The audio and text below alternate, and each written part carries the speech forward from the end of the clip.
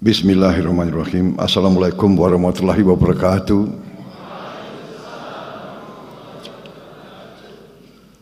Yang saya hormati Wakil Grand Sheikh Al-Azhar Profesor Dr. Muhammad Abdurrahman Ad-Duaini, Rektor Al-Azhar Profesor Dr. Salamah Daud, serta seluruh pengajar, seluruh sivitas akademika dari Al-Azhar yang hadir,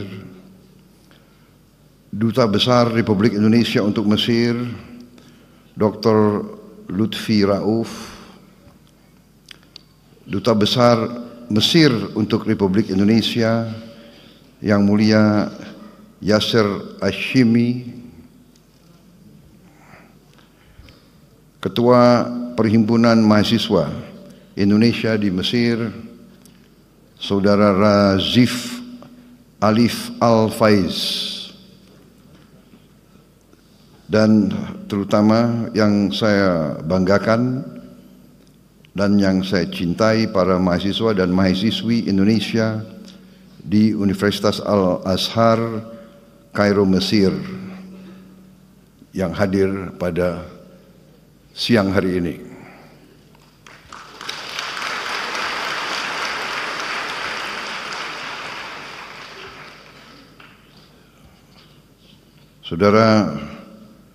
Saudara sekalian, sungguh berbahagia saya dapat berjumpa dengan para mahasiswa dan mahasiswi yang sekarang sedang menuntut ilmu di Universitas Al-Azhar ini, suatu universitas yang sangat bersejarah, sangat terkenal. Saudara-saudara, sudah ribuan alumni Al-Azhar dari Indonesia, sudah banyak ulama dan pemimpin Islam di Indonesia pernah belajar di sini. Di antaranya yang paling terkenal Presiden Republik Indonesia yang keempat, Kiai Haji Abdurrahman Wahid, yang kita kenal sebagai Gus Dur.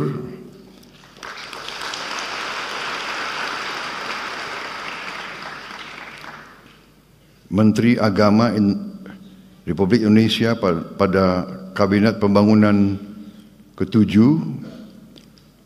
Profesor Dr. Quraish Shihab,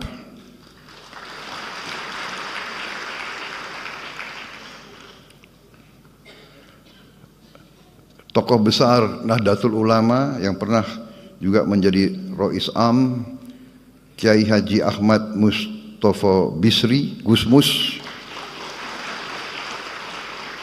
dan Menteri Luar Negeri Republik Indonesia pada tahun 1999 sampai 2001, Profesor Dr.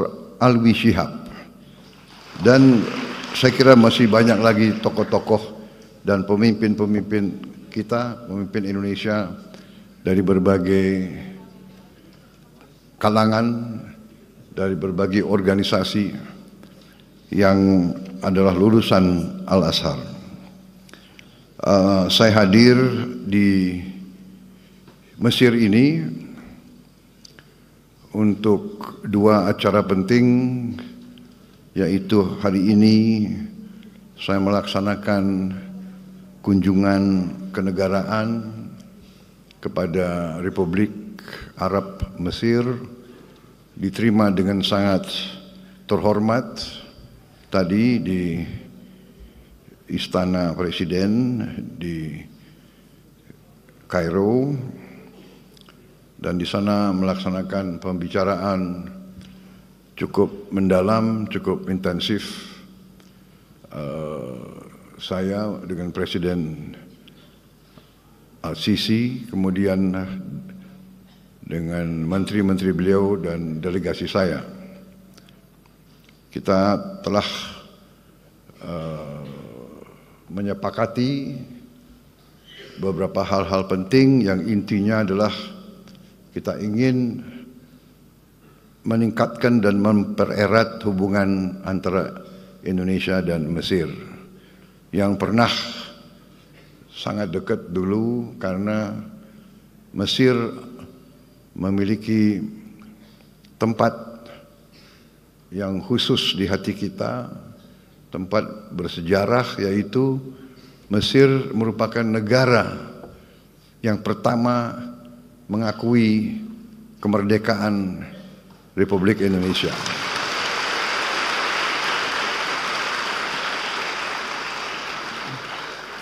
Tanpa ragu-ragu, tanpa berpikir, begitu kita proklamasikan kemerdekaan kita, Mesir negara yang pertama mengakui kita, dan akhirnya beberapa negara lain yang ikut mengakui kemerdekaan dan kedaulatan bangsa Indonesia. Kemudian dalam perjalanan, pemimpin Mesir waktu itu Presiden Jamal Abdel Nasser dan pemimpin Indonesia Presiden Soekarno menjadi sangat dekat karena sama-sama menjadi pelopor dibangunnya gerakan non-blok, non-aligned movement yang ingin mempersatukan negara-negara berkembang, tidak mau ikut blok manapun, tidak mau ikut blok barat, tidak mau ikut blok timur, berada di tengah, menghormati semua negara, semua bangsa, semua ras. Itulah pendirian pemimpin-pemimpin kita waktu itu, dan itulah tradisi yang hendak kita teruskan, tradisi bangsa Indonesia, dan itulah juga yang saya canangkan bahwa saya akan meneruskan dan mempertahankan sikap ini, bahwa bangsa Indonesia adalah bangsa yang menghormati semua bangsa-bangsa di dunia, menghormati semua negara-negara, tidak mau terlibat dalam permusuhan dengan siapapun, tidak mau terlibat dalam fakta-fakta militer, selalu menganjurkan jalan damai, selalu menganjurkan musyawarah, selalu menganjurkan jalan tengah, selalu menganjurkan kolaborasi, kerjasama, bukan konflik. Itu sikap yang saya canangkan, dan itu yang saya jalankan, tidak hanya dalam politik luar negeri, tapi juga dalam politik dalam negeri yang saya jalankan selama ini. Saya menyampaikan bahwa di abad ke-21 ini dunia semakin kecil, teknologi semakin canggih. Teknologi sekarang begitu canggih, dapat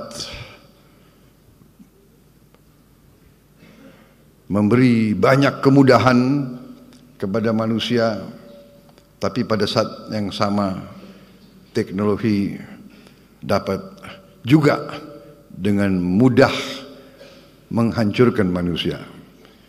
Ini yang kita lihat sekarang. Saudara-saudara sekalian, para mahasiswa-mahasiswi, tentunya selalu saya menyampaikan hal ini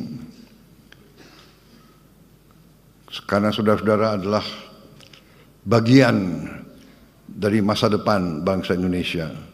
Kalian adalah anak-anak kita yang akan meneruskan perjalanan bangsa kita, bangsa Indonesia. Karena itu sangat penting saudara-saudara belajar dengan baik, belajar dengan tekun, belajar dengan benar.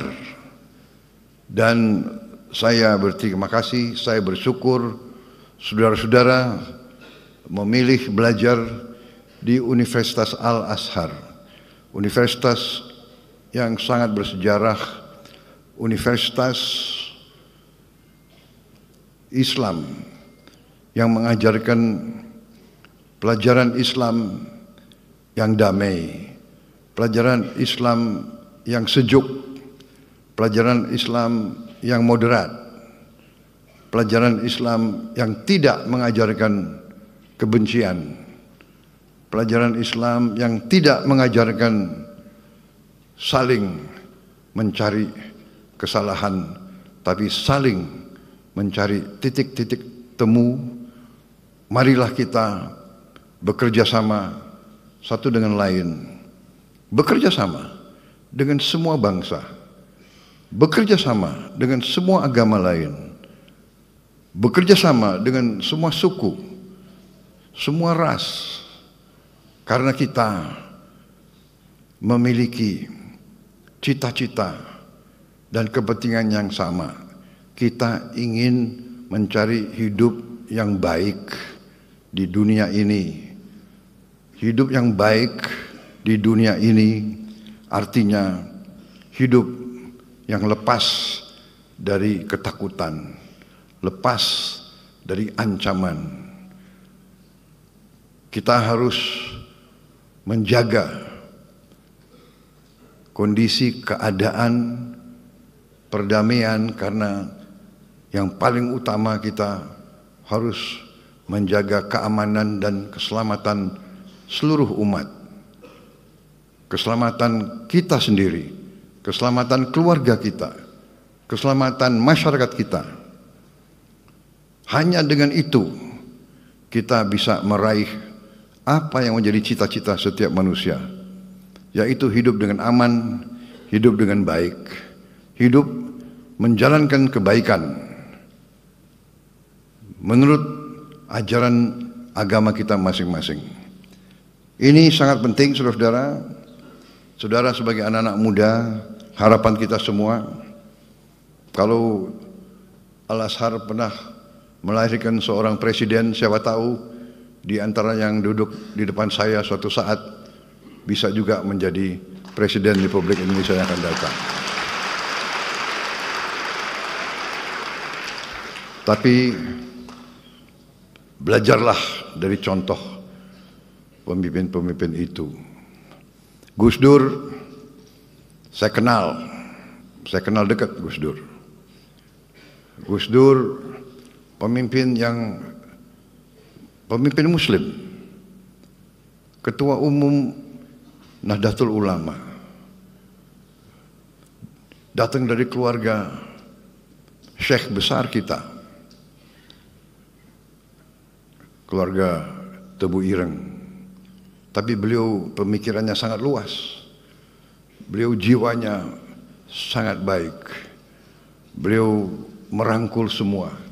Beliau menjadi tokoh, saya kira tokoh Muslim yang sangat terkenal sebagai tokoh inklusivisme, tokoh yang melindungi semua minoritas. Beliau pemimpin Muslim yang sangat dicintai oleh minoritas-minoritas lain. Saya ingat salah satu langkah-langkah beliau waktu ada ancaman terorisme, ada gereja-gereja yang mau dibom. Beliau memerintahkan anak buah beliau dari Ansor, dari Banser untuk menjaga semua gereja, menjaga semua vihara, menjaga semua pura, menjaga semua kuil. Ini sesuatu yang membesarkan hati, ini yang membanggakan kita. Mungkin jarang di dunia ada pemuda-pemudi Muslim pada saat hari Natal, pada saat Tahun Baru, pada hari-hari besar minoritas berdiri di depan tempat ibadahnya agama lain, menjaga supaya umat agama lain beribadah dengan tenang di tempatnya mereka Muslim-Muslim, pemuda Muslim yang menjaga di luar. Ini leadershipnya Gus Dur. Ini contoh yang luar biasa, dan itu pun pernah saya tiru. Sewaktu memang Gus Dur sudah tidak ada, saya memimpin partai saya. Waktu itu ada lagi ancaman-ancaman bom kepada gereja. Saya juga perintahkan pemuda-pemuda pengikut saya di Partai Gerindra untuk menjaga di kota masing-masing semua tempat ibadah agama lain. Kita yang jaga, mereka yang beribadah. Ini contoh, dan itulah kenapa Gus Dur ini sangat dihormati. Walaupun beliau menjabatnya sebentar, tapi beliau masih sampai sekarang dihormati, dan beliau akhirnya sekarang diusulkan menjadi pahlawan nasional bangsa Indonesia. Saudara-saudara sekalian, ini saya kira salah satu contoh alumni Al-Azhar yang sempat menjadi pemimpin tingkat nasional di Indonesia, akhirnya menjadi presiden di Indonesia dan memberi kepemimpinan, kenegarawanan, leadership yang patut dicontoh dan dan akhirnya juga dihormati oleh bangsa-bangsa lain. Saya kebetulan kenal beliau baik, dan alhamdulillah leadership yang beliau sampaikan menjadi pelajaran bagi kita sekalian. Saudara-saudara sekalian, selain kunjungan kenegaraan ke Mesir, besok kita akan lakukan pertemuan KTT, konferensi tingkat tinggi antara 8 negara yang disebut D8. D8 ini adalah the Developing Aid for Economic Cooperation. Didirikan tahun 97 untuk meneruskan kerjasama ekonomi dan pembangunan antara 8 negara berkembang, yaitu Bangladesh, Mesir, Indonesia, Iran, Malaysia, Nigeria, Turki, dan Pakistan.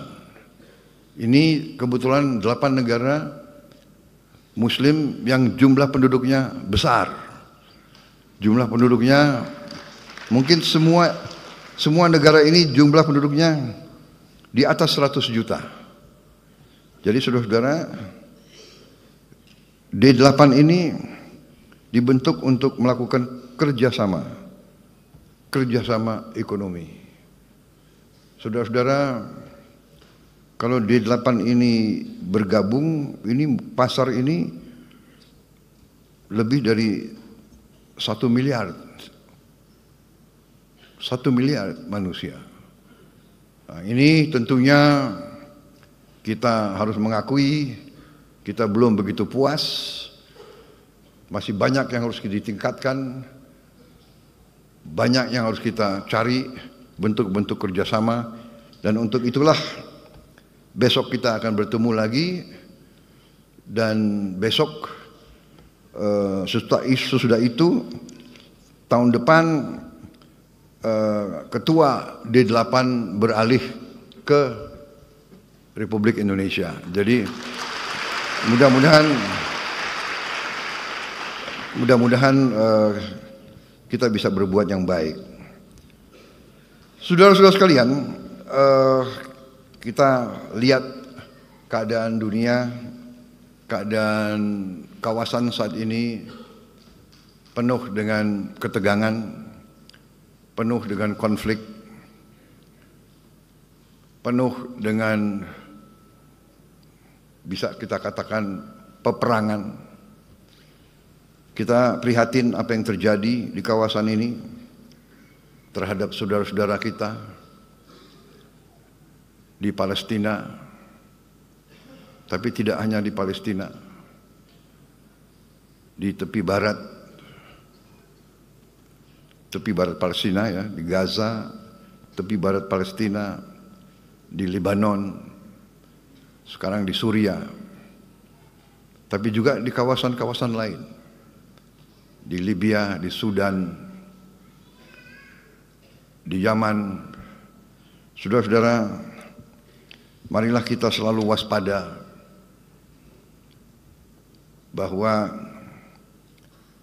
kalau kita tidak rukun dan tidak bersatu, kalau pemimpin-pemimpin kita tidak arif, tidak bijaksana,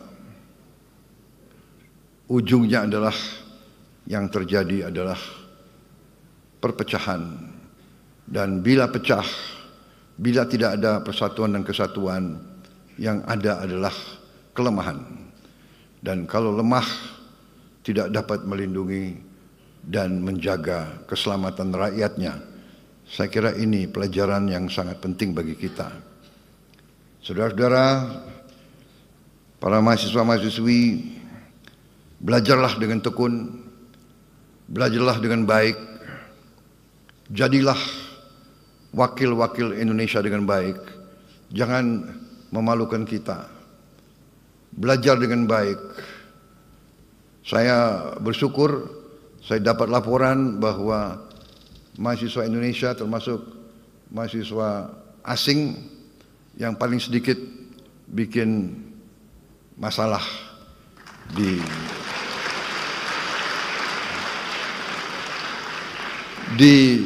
Al-Azhar dan di Mesir. Mudah-mudahan laporan ini benar adanya. Jangan hanya nggak enak sama Presiden Republik Indonesia disampaikan laporan-laporan yang bagus.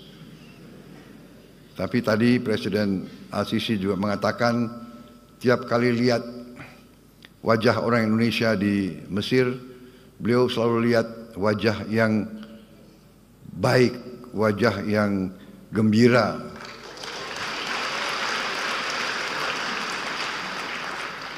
Mudah-mudahan itu pun benar adanya. Tapi kalau saya lihat wajah kalian ini, ya kayaknya benar juga itu ya. Jadi terima kasih saudara-saudara. Yang saya bisa sampaikan bahwa bangsa kita sekarang ini ingin mempercepat pembangunan ekonomi. Kita bersyukur kehadirat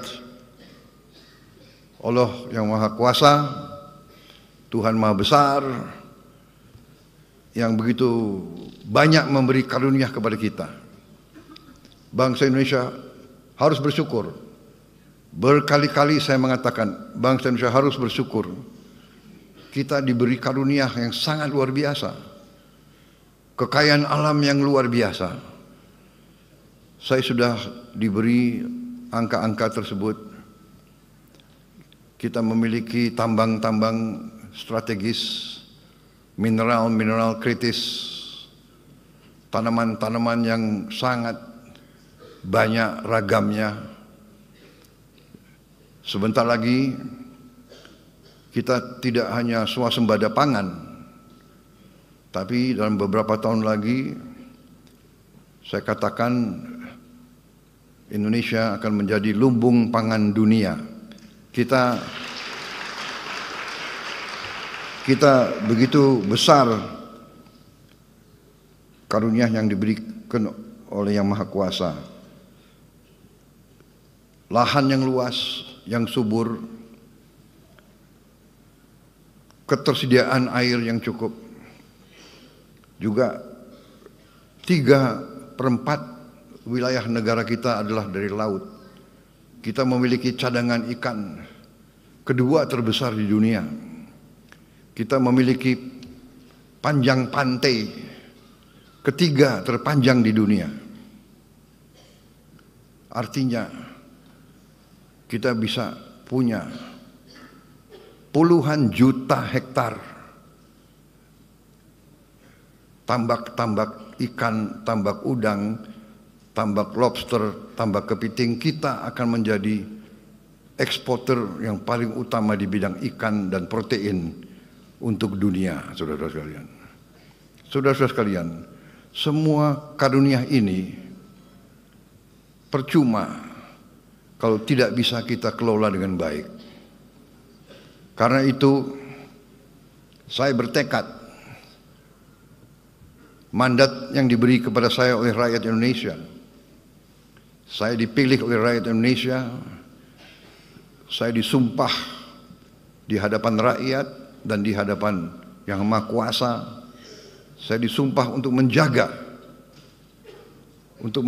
undang-undang dasar kita, menjalankan semua undang-undang. Karena itu saya bertanggung jawab untuk menjaga dan mengelola semua kekayaan kita untuk bisa dinikmati sebesar-besarnya oleh seluruh rakyat Indonesia. Bukan segelintir. Saudara-saudara sekalian, kita bangga GDP kita, produk domestik bruto kita tumbuh dengan pesat. Tumbuh dengan pesat di tengah ketidakpastian dunia. Tetapi kita menyadari bahwa pertumbuhan itu belum merata. Bahkan sebagian rakyat kita masih berada dalam keadaan yang memprihatinkan. Mereka masih bisa kita golongkan dalam keadaan yang miskin. Ini tekad saya, pemerintah saya. Kami ingin berjuang sekeras mungkin untuk menghilangkan kemiskinan dari bumi Indonesia.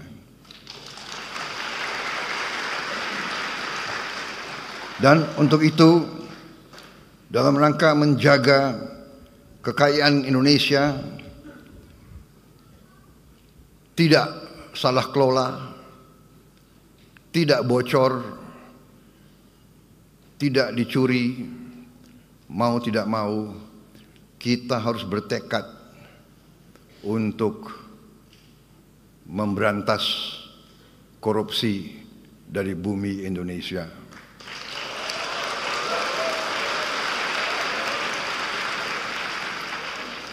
Memang banyak yang mengejek Prabowo Subianto. Saya memang sudah biasa diejek. Dari dulu saya diejek. Dari dulu saya difitnah. Sekarang pun mereka tidak percaya. Apa iya kemiskinan bisa dikurangi? Ya kan? Saya mau bikin program memberi makan untuk semua anak Indonesia pun diejek. Pun ada yang tidak setuju. Sampai sekarang ada profesor-profesor yang pinter-pinter kok nggak setuju. Heran saya. Profesor pinter atau bodoh, saya nggak tahu itu.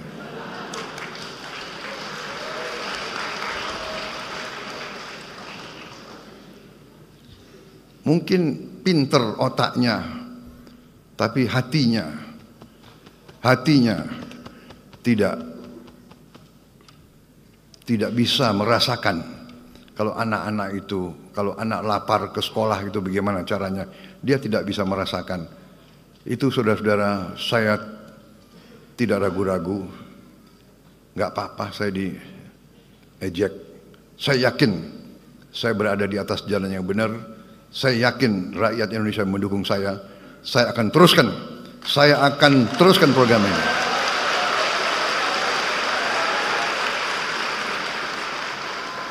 Dan mereka yang masih meragukan, 2 bulan saya memimpin, masih mereka bertanya-tanya. Saya sampaikan, sabar sedikit, saya baru menjabat 2 bulan. 2 bulan, ya kan? Anda sudah hitung berapa koruptor yang sudah ditangkap?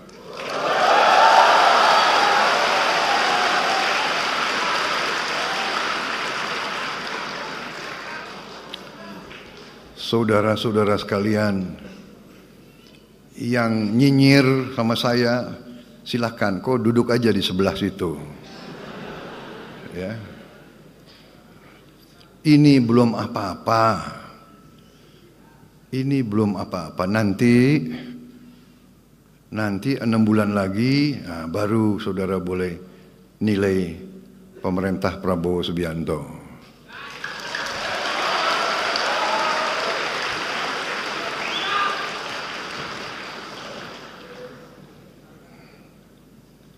Saya merasa bahwa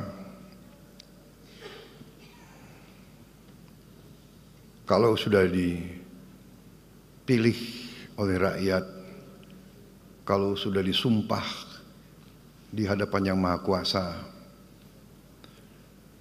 tidak perlu ragu-ragu. Kita hanya setia kepada rakyat Indonesia dan kita hanya takut kepada Yang Maha Kuasa di atas itu.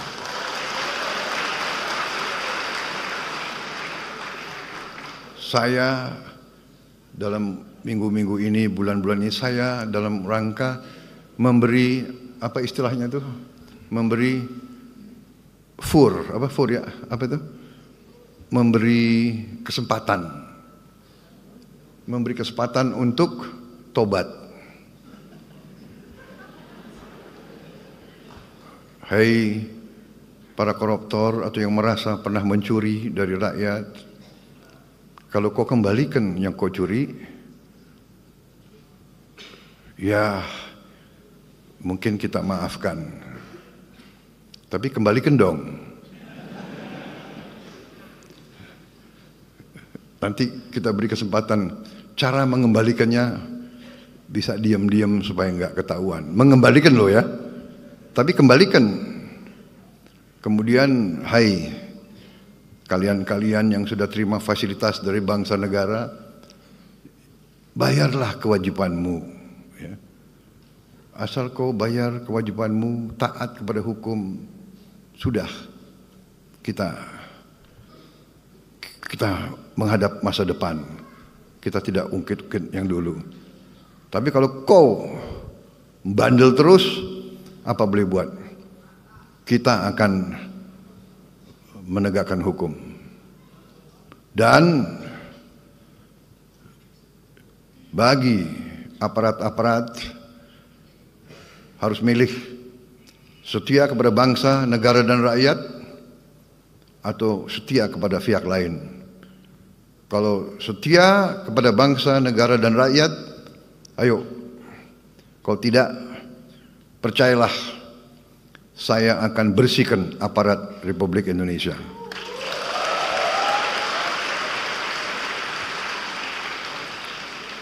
Dan saya yakin dan percaya rakyat Indonesia berada di belakang saya, saudara-saudara sekalian. Saya kira itu yang saya ingin sampaikan. Anak-anakku, belajar yang baik, belajar yang tekun, buatlah yang terbaik untuk bangsa, rakyat, dan negaramu. Raih ilmu untuk bangsa, berbuat baik untuk rakyat. Itu pesan saya. Terima kasih atas kesempatan ini. Saya bisa tatap muka dengan saudara-saudara. Saya bisa bicara langsung kepada kalian. Tidak gampang sekolah di negara orang, jauh dari keluarga. Saya percaya saudara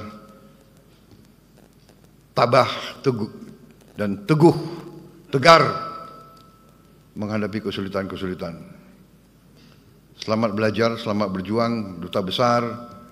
atase pendidikan, pantaulah keadaan anak-anak kita yang punya kesulitan, ya. Saudara-saudara, nanti saya akan minta laporan dari Duta Besar, ya, kondisi mereka dan bagaimana kita bisa lebih membantu mereka di sini. Terima kasih. Wassalamualaikum warahmatullahi wabarakatuh. Terima kasih.